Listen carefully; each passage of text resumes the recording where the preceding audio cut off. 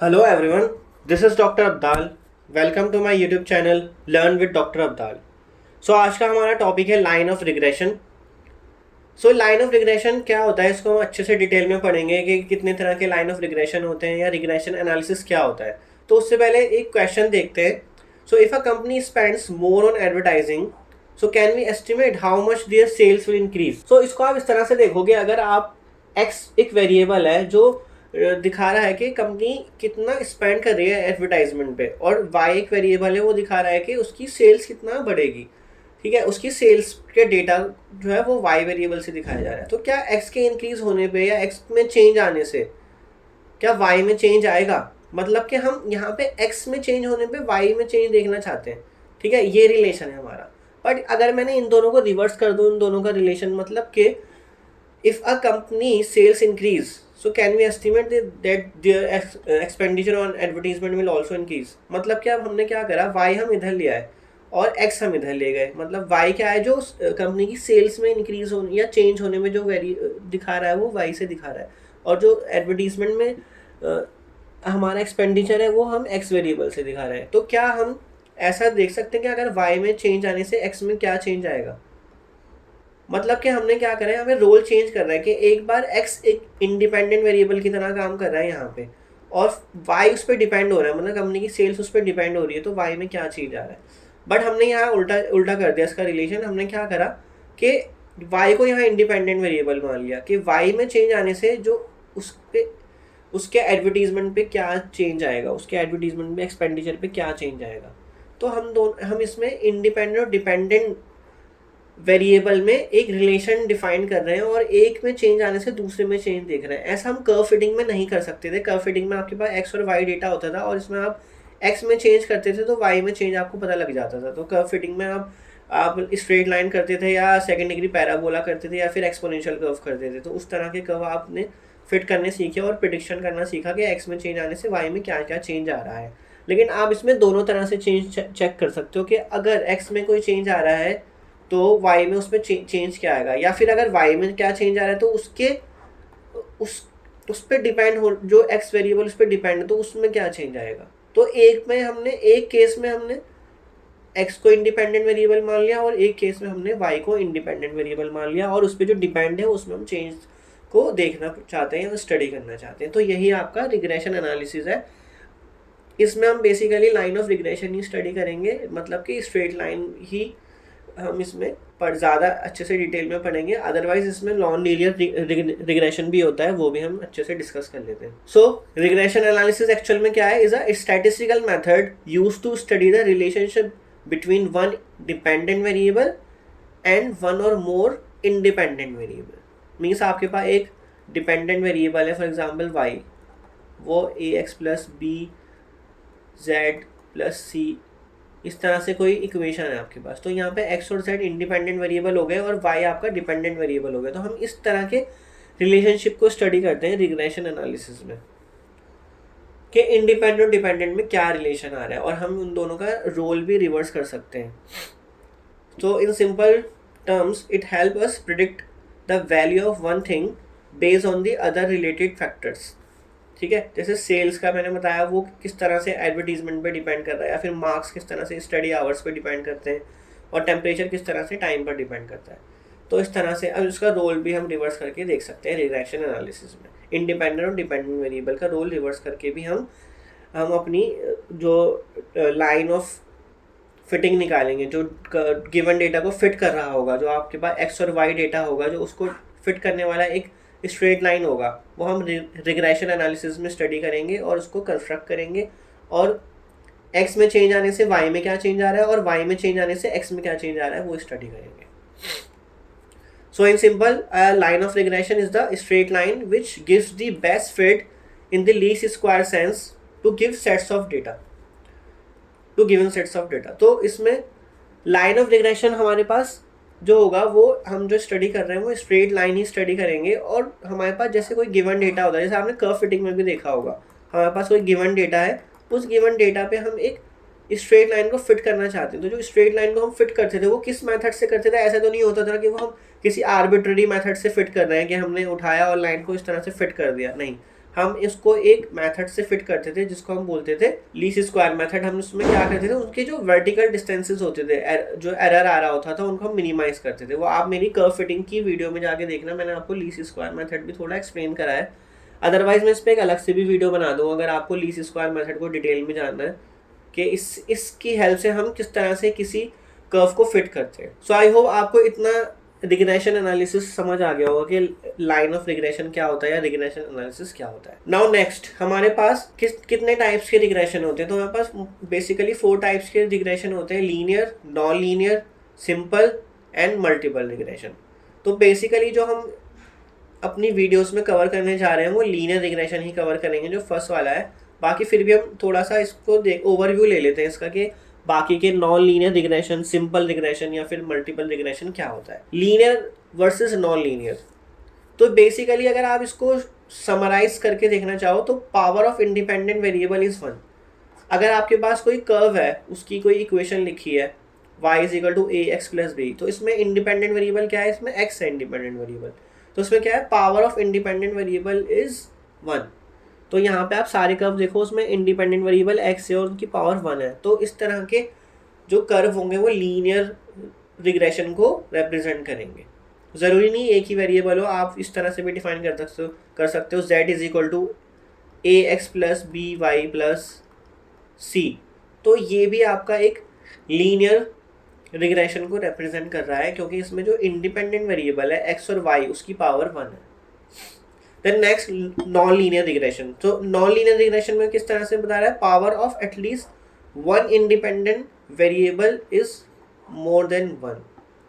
For example यहाँ पे आप इस कर्व की इक्वेशन देखो, y is equal to a plus b x plus c x square. तो इसमें इंडिपेंडेंट वेरिएबल तो एक ही है, लेकिन इसकी पावर कितनी जा रही है, इसकी पावर 2 जा रही है। तो ये आपका एग्जाम्पल हो गया नॉन लीनियर रिग्रेशन का।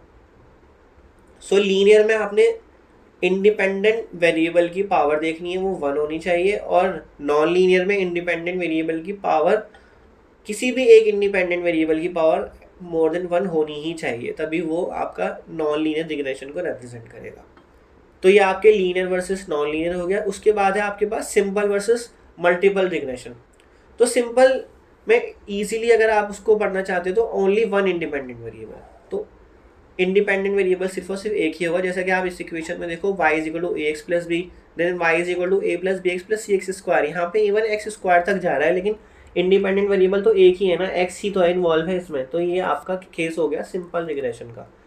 और मल्टीपल रिग्रेशन में मोर देन 1 इंडिपेंडेंट वेरिएबल। सिंपल मतलब आप इंडिपेंडेंट वेरिएबल को देखो जो राइट हैंड साइड पे है।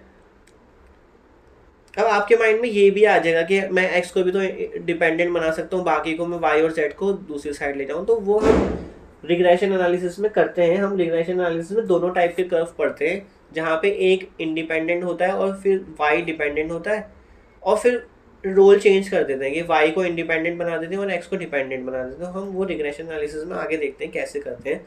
तो फिलहाल आप उसको अभी ऐसे ही समझो कि जब मोर देन 1 इंडिपेंडेंट वेरिएबल होगा तो वो आपका मल्टीपल रिग्रेशन आ जाएगा। यहाँ पे x और y 2 इंडिपेंडेंट वेरिएबल है, यहाँ पे एक्स स्क्वायर मतलब x एक इंडिपेंडेंट वेरिएबल और y एक इंडिपेंडेंट वेरिएबल है। तो ये आपका केस बनेगा मल्टीपल रिग्रेशन का। तो 4 केसेस हो गए आपके पास। लीनियर जिसमें इंडिपेंडेंट की पावर हमेशा 1 होगी, देन नॉन लीनियर जिसमें इंडिपेंडेंट की पावर मोर देन 1 होगी, देन सिंपल यहाँ पे इंडिपेंडेंट वेरिएबल 1 होगा, और मल्टीपल रिग्रेशन में जहाँ पे इंडिपेंडेंट वेरिएबल एक से ज़्यादा होंगे। तो इस पर कुछ एग्जाम्पल और देख लेते हैं। फॉर एग्जाम्पल फर्स्ट देखिए, y is equal to a plus b x plus c x square. तो ये इस तरह से देख लेते हैं। तो ये वाला जो है आपका सिंपल इसलिए है क्योंकि यहाँ पे एक ही इंडिपेंडेंट वेरिएबल है, और नॉन लीनियर इसलिए है क्योंकि x की पावर जो है वो 2 तक जा रही है। I hope this is clear. Then next second में x की पावर 3 तक जा रही है, तो ये नॉन लीनियर तो हो ही गया, क्योंकि इंडिपेंडेंट की पावर अगर 1 होती तभी वो लीनियर होता है, और यहाँ पे इंडिपेंडेंट वेरिएबल एक ही है, तो ये सिंपल है। देन थर्ड, इसमें 2 इंडिपेंडेंट वेरिएबल हैं, तो ये मल्टीपल रिग्रेशन हो गया, और पावर जो है वो 1 से ज़्यादा है, तो नॉन लीनियर हो गया। Then next again 2 independent variable, तो मल्टीपल, एंड दोनों की पावर 1 है, तो लीनियर हो गया है। Again y and x 2 independent variable, तो मल्टीपल रिग्रेशन, एंड एक वेरिएबल, एक इंडिपेंडेंट वेरिएबल की पावर 1 से ज़्यादा जा रही है तो ये नॉन लीनियर हो गया। एंड लास्ट, 2 इंडिपेंडेंट वेरिएबल है तो अगेन मल्टीपल हो गया, और दोनों की पावर 1 है तो ये लीनियर हो गया। सो आई होप आपको ये समझ आ गया होगा कि किस तरह से हम सिंपल, मल्टीपल, लीनियर और नॉन लीनियर में इनको कैटेगराइज करते हैं रिग्रेशन को। सो नेक्स्ट अब हम फॉर्मूला देख लेते हैं लाइन ऑफ रिग्रेशन का। So line of regression y on x, तो यहाँ पे ना 2 तरह की लाइन ऑफ रिग्रेशन होती है, जैसा मैं आपको बार बार स्टार्टिंग से बता रहा हूँ, इंडिपेंडेंट और डिपेंडेंट वर्ड यूज कर करके। तो जब आपके पास वाई ऑन एक्स लिखा है ना, तो यहाँ पे इसका मतलब ये है कि वाई आपका डिपेंडेंट होगा और एक्स आपका इंडिपेंडेंट होगा। फिर दूसरे में एक्स ऑन वाई जहाँ होगा, एक्स ऑन वाई वाले केस में एक्स डिपेंडेंट हो जाएगा और वाई इंडिपेंडेंट हो जाएगा। तो हम दोनों के रोल चेंज कर देंगे, जैसे मैंने आपको एडवर्टाइजमेंट पे कितना स्पेंड कर रहे हैं और सेल्स में क्या चेंज आ रहा है, जो मैंने इस तरह से आपको एग्जांपल लेके बताया था, तो वही है, वही मैं इसको रिलेट करने की कोशिश कर रहा था। जहाँ पे एडवर्टीजमेंट में चेंज आने पे मैंने पहले उसको डिपेंडेंट मान लिया था, एडवर्टीजमेंट पे जो हमने एक्सपेंडिचर कर रहे हैं, और जो सेल्स में चेंज आ रहा था उसको मैंने वाई मान लिया था, तो वाई को मैंने वहाँ पे क्या माना था, उसको डिपेंडेंट मान लिया था। तो फिर दूसरे वाले में मैंने उसको चेंज कर दिया था उसका रोल।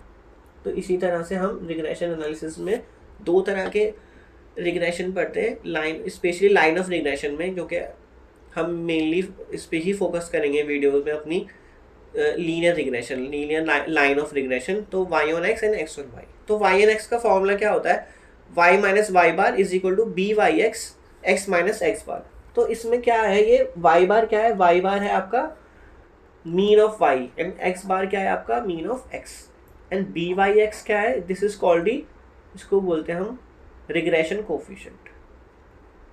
तो ये टर्म आगे बहुत यूज होगी, रिग्रेशन कोफिशिएंट।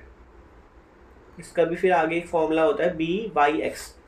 तो इसमें याद करने का तरीका आप देख लो, अगर वाई ऑन एक्स बोला जा रहा है तो वाई हमेशा वाई से स्टार्ट करोगे आप। यहाँ मैंने लेफ्ट साइड पे वाई से स्टार्ट करा, और वाई यहाँ पे डिपेंडेंट वेरिएबल है, ये भी याद रखना। तो वाई माइनस वाई बार मैंने लेफ्ट साइड पे रखा था। नेक्स्ट जब मैंने बी वाई एक्स लिखा, तो क्योंकि वाई ऑन एक्स था तो मैंने यहाँ पे पहले वाई लिखा है फिर एक्स लिखा है, क्योंकि आप वाई ऑन एक्स लेके चलो। अगर मैं एक्स ऑन वाई लेके चलूंगा तो मैं इसको लिखूंगा बी एक्स वाई,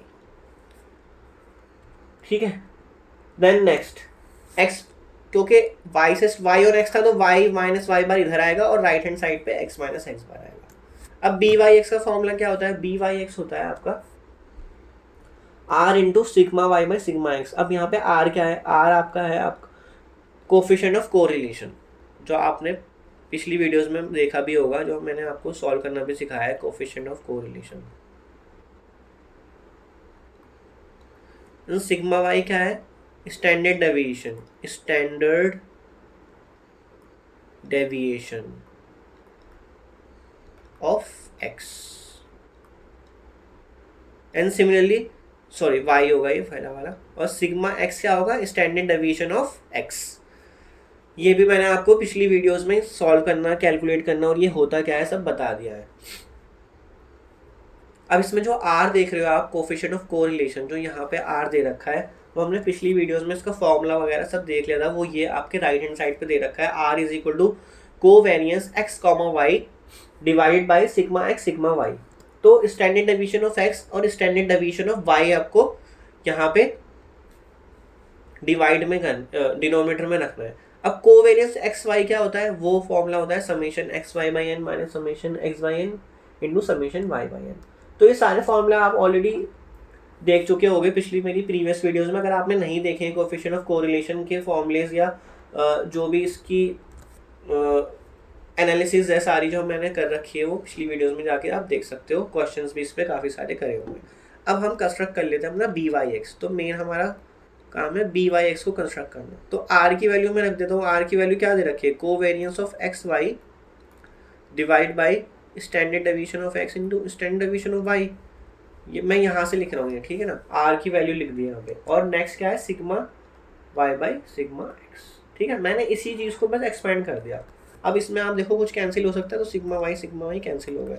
तो कोवेरियंस एक्स वाई बचा ऊपर न्यूमरेटर में, और डिनोमिनेटर में क्या बचा, सिग्मा एक्स और सिग्मा एक्स। तो सिग्मा एक्स का होल स्क्वायर हो गया। तो याद रखना, अगर sigma x standard deviation of x है, ठीक है, तो सिग्मा एक्स स्क्वायर क्या होता है, उसके लिए हम टर्म यूज करते हैं वेरिएंस, वेरिएंस ऑफ एक्स। और सिमिलरली सिग्मा वाई स्क्वायर के लिए क्या यूज करोगे, वेरिएंस ऑफ वाई। तो ये शॉर्ट नोटेशंस होती हैं और बहुत कॉमनली बुक्स में यूज होती हैं। इवन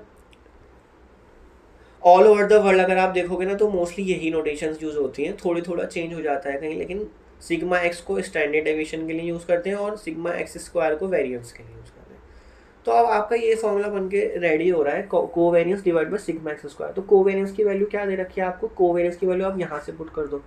कोवेरियंस क्या बनेगा, summation x y by n minus summation x by n into summation y by, so divided by sigma x square. तो सिग्मा एक्स स्क्वायर की वैल्यू क्या है, सिग्मा एक्स की वैल्यू ये दे रखी है, तो उसका स्क्वायर कर दूंगा तो स्क्वायर रूट हट जाएगा। तो क्या बनेगा, sigma x square by n minus sigma x by n whole square. अब बस इस पूरी इक्वेशन को मैंने क्या करना है, एन स्क्वायर से मल्टीप्लाई और एन स्क्वायर से डिवाइड कर देना है। तो क्या बन जाएगा, ये एन कैंसिल हो जाएगा, तो n summation x y minus summation x summation y divided by n into summation x square and minus summation x whole square. क्योंकि यहाँ पे एन डिनोमिनेटर में है बट पावर में स्क्वायर भी है, ठीक है ना, होल स्क्वायर है, तो एन स्क्वायर और एन स्क्वायर जब अंदर जाएगा तो कैंसिल हो जाएगा। तो आपका main formula b Y x का ये बनेगा। तो हम आगे भी यही यूज़ करेंगे, बी वाई एक्स का फॉर्मूला जो मैंने अभी आपको ये बना के दिया है, हम ये आगे यूज़ करेंगे। तो मेनली आपको क्या चीज़ें याद रखनी है, एक तो ये चीज़ याद रखनी है main first, Y minus Y bar into B Y X X minus x bar, ये याद रखना है। सेकंड आपको ये याद रखना है, और बी वाई एक्स आप फिर फॉर्मूला इसी से निकालोगे। आपको एक्स और क्वेश्चन में एक्स और वाई जैसे टेबल की फॉर्म में गिवन होता है, एक्स और वाई की वैल्यूज गिवन होती हैं कुछ, और उसकी हेल्प से आपको लाइन ऑफ रिग्रेशन फाइंड करनी होगी, वाई ऑन एक्स, या फिर दोनों भी पूछी जा सकती है, y on x and x on Y. तो मैं एक्स ऑन वाई को डायरेक्टली आपको सिमिलरली आप इसको खुद से कर सकते हो, एक्स ऑन वाई वाली लाइन को जैसे मैंने यहाँ पे करा है। तो क्या चेंज आया होगा उसमें बताओ, अगर आप देखो line of regression y on x में वाई पहले आ रहा है, तो एक्स ऑन वाई में एक्स पहले आएगा। तो देख लो उसको भी, line of regression x on y में देखो एक्स पहले आ गया, एक्स माइनस एक्स बार, और यहाँ पे अब बी वाई एक्स ना आके बी एक्स वाई आ रहा है, ठीक है ना। ऊपर क्या आ रहा था देखो, बी वाई एक्स आ रहा था, क्योंकि आप वाई ऑन एक्स वाली लाइन बना रहे थे, अब आप बना रहे हो एक्स ऑन वाई वाली लाइन, तो यहाँ पे देखो एक्स पहले आ गया। तो यही इसमें डिफरेंस है बस थोड़ा सा, ये आप कर सकते हो। तो बी एक्स वाई का फॉर्मूला ये हो गया, r into sigma x by sigma y, and similarly उसमें आप पुट कर देना आर की value covariance x y by sigma x sigma y, and फिर उसको सॉल्व करना, एन स्क्वायर से मल्टीप्लाई डिवाइड कर देना, तो आपका बी एक्स वाई का फॉर्मूला ये आ जाएगा। तो इसमें मेनली आपको ये याद रखना है, ये याद रखना है, और आपको ये याद रखना है।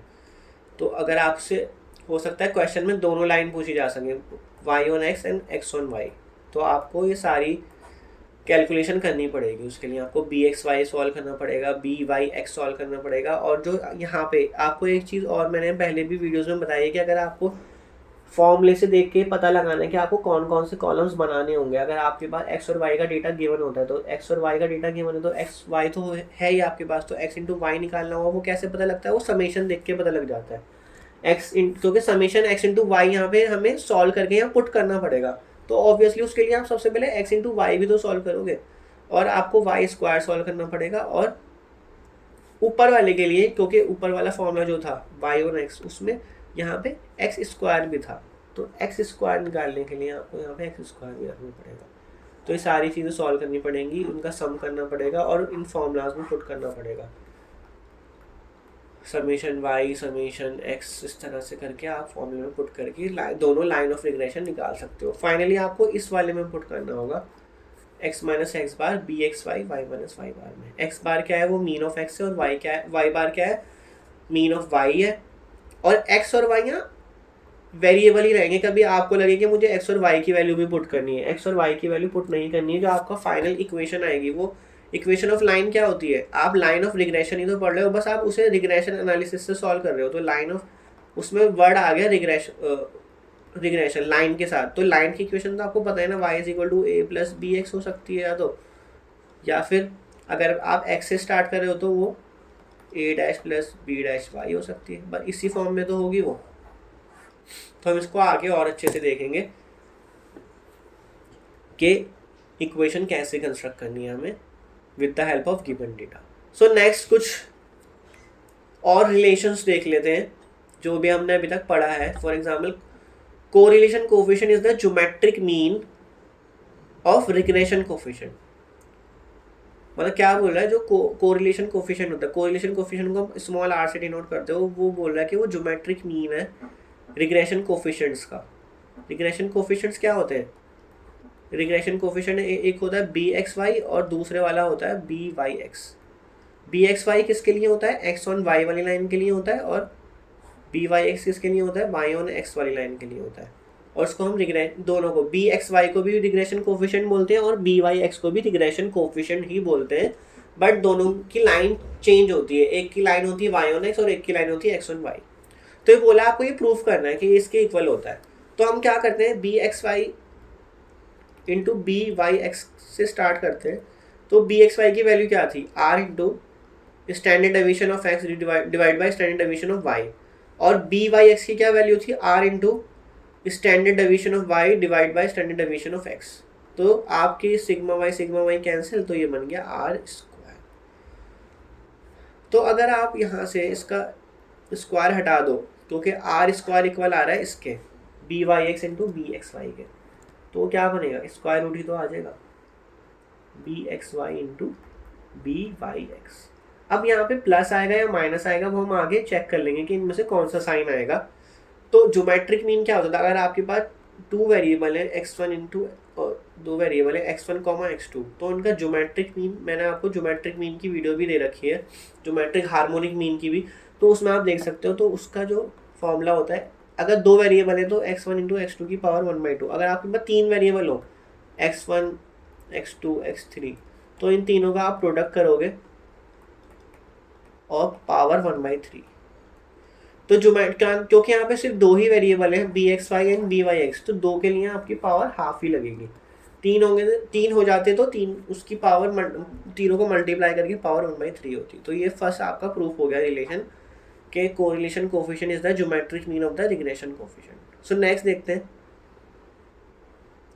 सो product of regression coefficient is less than equal to 1। तो आप ऊपर ऑलरेडी प्रूफ कर चुके होगे b x y and B Y x वो किसके इक्वल आ रहा था? आर स्क्वायर के। और ये बोला product of regression coefficients is less than equal to 1। तो रिग्रेशन कोफिशिएंट का प्रोडक्ट करा। अब जो आपका कोफिशिएंट ऑफ कोरिलेशन होता था, आप कोरिलेशन की वीडियो जरूर देखना इसके लिए, अगर आपने नहीं देखी है, वरना आपको नहीं समझ आएगा। तो उसमें जो उसको डिनोट करते थे स्मॉल आर से, और उसकी वैल्यू लाई करती थी -1 और 1 के बीच में। तो अगर मैं आर स्क्वायर कर दूं, तो आर स्क्वायर कहाँ से कहाँ लाई करेगा? ऑब्वियसली वो पॉजिटिव ही होगा, मिनिमम वैल्यू 0 ही लेगा और मैक्सिमम वैल्यू 1 लेगा। तो इसकी value less than equal to 1 ही तो रहेगी। तो यही आपको पूछा गया है कि product of regression coefficient is less than equal to 1। ठीक है, तो क्योंकि कोफिशिएंट ऑफ कोरिलेशन की वैल्यू -1 और 1 के बीच होती है, और तो उसका स्क्वायर ऑब्वियसली 0 to 1 के बीच ही होगा। Next, arithmetic mean of coefficient of regression is greater than the coefficient of correlation. So arithmetic mean क्या हो गया दोनों का? रिग्रेशन कोफिशिएंट का अरिथमेटिक मीन निकालो, दो वेरिएबल का अरिथमेटिक मीन क्या होगा? दोनों का सम डिवाइड बाई 2। वो बोल रहा है कि वो ग्रेटर होगा कोफिशिएंट ऑफ कोरिलेशन से। ये आपको प्रूव करना है कि ये होल्ड करेगा। अब मैंने अपनी हार्मोनिक मीन और ज्योमेट्रिक मीन की जो वीडियो बनाई थी, उसमें क्लियरली आपको बताया था कि अरिथमेटिक मीन हमेशा ग्रेटर देन इक्वल टू होता है ज्योमेट्रिक मीन के, और वो ग्रेटर देन इक्वल टू होता है हार्मोनिक मीन के। तो हार्मोनिक मीन का तो अभी कोई यूज़ है नहीं, तो इसको तो इग्नोर करो। आपको बस ये वाली देखना है पार्ट कि ये दोनों में ये रिलेशन होता है कि अरिथमेटिक मीन हमेशा ग्रेटर देन इक्वल टू होता है ज्योमेट्रिक मीन के। तो अगर मैं बी एक्स वाई और बी वाई एक्स का अरिथमेटिक मीन निकालूंगा, तो वो ये आएगा। दोनों का सम करा और डिवाइड बाई 2 कर दिया। अब ये ग्रेटर देन इक्वल टू होगा ऑब्वियसली इनके ज्योमेट्रिक मीन से। तो geometric mean b x y और बी वाई एक्स का क्या आएगा? इन दोनों को मल्टीप्लाई करके इनकी पावर हाफ, तो इनकी पावर हाफ ये होगी स्क्वायर रूट। और ये किसके इक्वल है? ये आर के इक्वल है। क्योंकि हमने ऊपर प्रूफ करा है ये फर्स्ट पार्ट में ही कि ये जो है आर के इक्वल है। तो यही आपसे पूछा गया है कि arithmetic mean of the coefficient of regressions is greater than the coefficient of correlation. तो ये आपका रिलेशन बन गया है यहाँ पे। सो लास्ट देख लेते हैं relation. Regression coefficient and correlation coefficient have the same sign. देखो अगर आप कोफिशिएंट ऑफ कोरिलेशन का फॉर्मूला लिखो बी एक्स वाई इक्वल होता है r into sigma x by sigma y. इसको याद रखने का भी तरीका ये है कि अगर यहाँ पे एक्स पहले आ रहा है ना तो मैंने सिग्मा एक्स लिखा है यहाँ पे पहले, ठीक है। अब देखो बी वाई एक्स में मैं क्या करूँगा, आर तो आएगा ही, अब मैं सिग्मा वाई पहले लिखूंगा। इसको याद करने का तरीका यही है बस। यहाँ पे देखना पड़ेगा आपको, यहाँ पे वाई पहले आया तो सिग्मा वाई पहले आ गया, फिर एक्स बाद में आया तो सिग्मा एक्स डिनोमिनेटर में चला गया। अब आपको इन दोनों के फॉर्मूला पता है। और आप एक चीज़ और याद रखना, स्टैंडर्ड डेविएशन हमेशा जो है वो पॉजिटिव ही होता है, ठीक है। तो आपके पास ये चीज़ तो पॉजिटिव है हमेशा, ये दोनों चीज़ें तो पॉजिटिव हैं, तो इसमें तो आपको कुछ साइन देखने की ज़रूरत नहीं है। अब इन दोनों में अगर साइन का कुछ भी कॉम्बिनेशन बनाना चाहते हो आप, तो वो दोनों एक दूसरे पे डिपेंड कर जाएंगे। इसने बोला है regression coefficient and correlation coefficient have the same sign. तो अगर बी एक्स वाई पॉजिटिव हो गया, ठीक है, तो यहाँ से आर भी पॉजिटिव हो जाएगा, है ना, क्योंकि ये चीज़ तो पॉजिटिव है ही और ये भी पॉजिटिव हो गई, तो ऑब्वियसली आर को भी पॉजिटिव ही होना पड़ेगा, क्योंकि अगर आर नेगेटिव हो गया तो वो रिलेशन बन ही नहीं पाएगा। सिमिलरली अगर बी एक्स वाई नेगेटिव हो जाएगा तो आर भी नेगेटिव हो जाएगा। और ये बोथ वेज है, अगर आर पॉजिटिव होगा तो बी एक्स वाई भी पॉजिटिव होगा। इन दोनों के साइन एक दूसरे पे डिपेंड करते हैं। और सिमिलरली अगर आर नेगेटिव है तो बी एक्स वाई भी नेगेटिव हो जाएगा। और अगर फॉर एग्जाम्पल आर आपका 0 है या आपका बी एक्स वाई 0 है, तो दोनों एक दूसरे को इम्प्लाइज करेंगे। सो बी एक्स वाई अगर 0 है तो आर भी 0 है, और आर 0 है तो बी एक्स वाई भी 0 है। तो सिमिलरली आप ये जैसा मैंने इस वाले फॉर्मूले को देख के करा वैसे का वैसा सेम आप इस वाले फॉर्मूले से भी तो कर सकते हो। यहाँ पे बस बी वाई एक्स आ जाएगा और आर तो है ही, तो आप ये दोनों के लिए कर सकते हो बी वाई एक्स, मतलब दोनों पॉजिटिव हैं या दोनों नेगेटिव हैं या दोनों के दोनों 0 हैं, तो वहाँ से भी लिख सकते हो। या उसके लिए आप अलग से एक टेबल बना लो यहाँ पे बी, अगर आप ये नहीं बनाना चाहते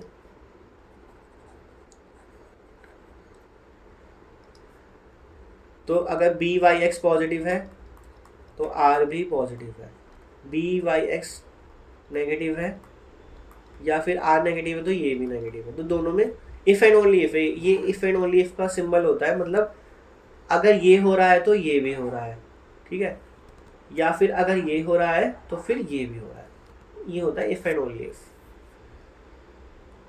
और अगर बी वाई एक्स आपका 0 है तो आपका आर भी 0 ही होगा।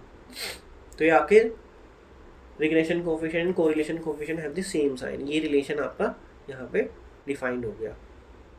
सो इसमें लास्ट हम एक कंपैरिजन देख लेते हैं, difference between regression correlation and curve fitting. ये तीनों टॉपिक की आपको समझ ऑलरेडी हो चुकी है। कोरिलेशन एंड कर्व फिटिंग पे तो मैं ऑलरेडी काफ़ी सारे वीडियोस बना चुका हूँ। रिग्रेशन मैंने अभी स्टार्ट करा है और रिग्रेशन का भी आइडिया आपको ऑलरेडी मिल गया है ऑलमोस्ट।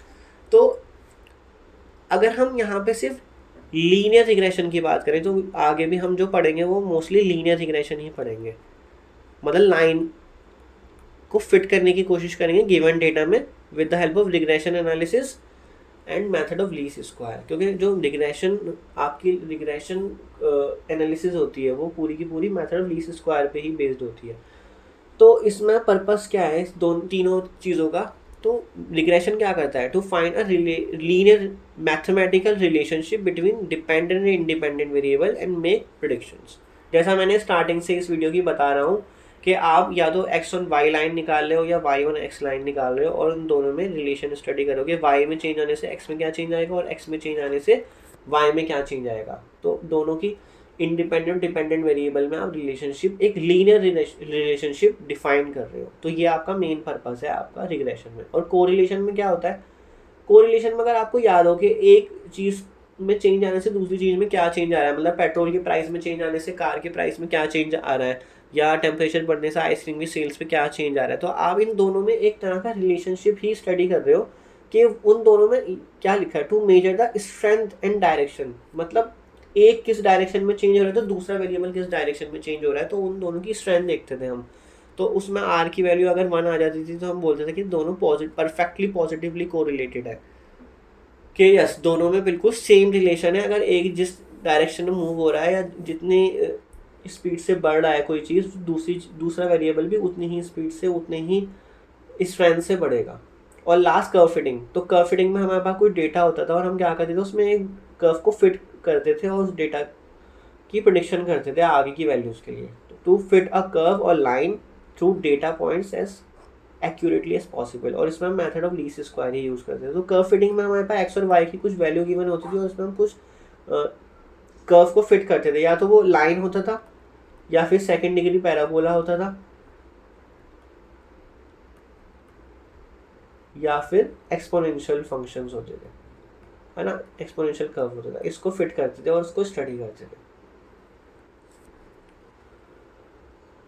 सो की डिफरेंस आपको तीनों का वैसे पता लग ही गया, इसको दोबारा से डिस्कस करने की जरूरत नहीं है। तो आउटपुट आपको पता है क्या आएगी, रिग्रेशन में आउटपुट आपकी लाइन आएगी और हम अभी पढ़ भी यही रहे हैं, हम बाकी की नॉन लीनियर रिग्रेशन को अभी नहीं स्टडी कर रहे हैं। तो हमारे जो इसमें रिग्रेशन एनालिसिस में आउटपुट आएगा वो हमेशा लाइन आएगा, y is equal to a plus b x या x is equal to alpha plus beta y. इस तरह से भी, इस तरह की दोनों तरह की लाइन हम स्टडी करते हैं इसमें, x on y and y on x। Correlation में हमें हमेशा कुछ वैल्यूज मिलती हैं जो -1 और 1 के बीच लाई करती है और उसी की बेसिस पे हम बताते हैं कि उन दोनों वेरिएबल में x और y में कितना कोरिलेशन है, पॉजिटिव कोरिलेशन है, नेगेटिव कोरिलेशन है, परफेक्ट है या जीरो कोरिलेशन है। और कर्व फिटिंग में हम जो है एक बेस्ट कर्व फाइंड करने की कोशिश करते थे जो उस गिवन डेटा को बेस्ट फिट कर जाए, या तो वो लीनियर लाइन होता था, लीनियर कर्व होता था, या फिर वो सेकेंड डिग्री पैराबोला होता था, एक्सपोनेंशियल होता था। तीन तरह के कर्व हमने उसमें स्टडी करे थे। तो ये इन दोनों में मेन डिफरेंस है, इन तीनों में मेन डिफरेंस है regression, correlation and curve fitting में। तो आई होप आपको ये क्लियर हो गया होगा कि हम कौन सा टॉपिक किस लिए स्टडी कर रहे हैं और उसमें हम कर क्या रहे हैं, ठीक है ना। कोरिलेशन में क्या कर रहे हैं, कर्व फिटिंग में क्या कर रहे हैं और रिग्रेशन में क्या कर रहे हैं। सो फिर हम नेक्स्ट वीडियो में मिलेंगे, उसमें हम इस पे रिग्रेशन पे बेस क्वेश्चंस करेंगे जिसमें हम लाइन ऑफ रिग्रेशन बनाना सीखेंगे, एक्स ऑन वाई या वाई ऑन एक्स जो हमारी लाइन ऑफ रिग्रेशन बनती है। उसके लिए हमें गिवन डेटा होगा एक्स और वाई की फॉर्म में जिसमें हम वाई ऑन एक्स या एक्स ऑन वाई लाइन बनाएंगे। So thank you so much, फिर मिलते हैं नेक्स्ट वीडियो में। इसको अच्छे से आप और स्टडी करना, पीछे के टॉपिक्स भी स्टडी करना ताकि आपको मेन डिफरेंस इनमें क्लियर रहे आगे भी। So thank you so much.